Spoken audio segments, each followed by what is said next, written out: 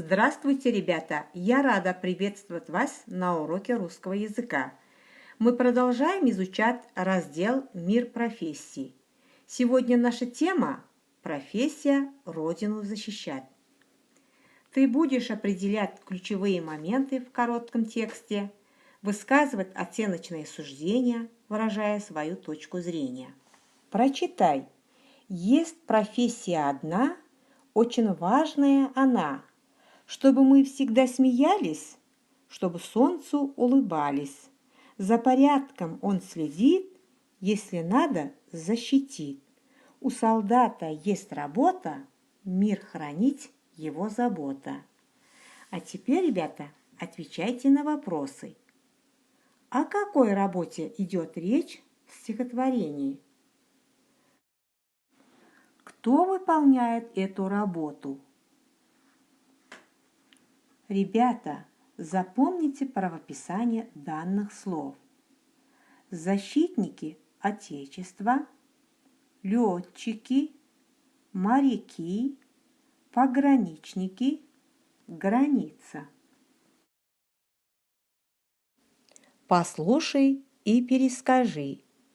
В армии Казахстана служат солдаты, матросы, офицеры. Все они защитники Отечества. В мирное время они проводят военные учения на море и на суше. Изучают военную технику. Защитники Отечества изучают военную историю. Военные отважные и сильные. Военный – профессия героическая, уважаемая и нужная.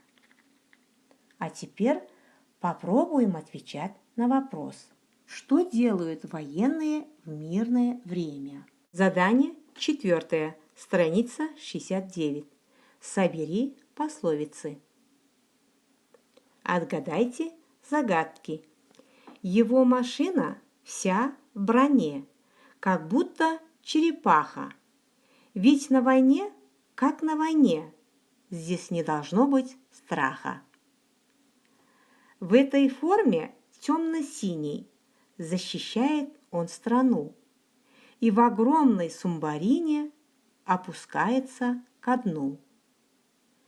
Спешит по вызову отряд, готовый разыскать снаряд и на пшеничном поле, и в транспорте, и в школе. Я служу сейчас на флоте. Слух хороший у меня. Есть такой же и в пехоте, дружим с рацией не зря. Слова для справок. Подводник, сапер, радист, танк. Спасибо за внимание. До свидания.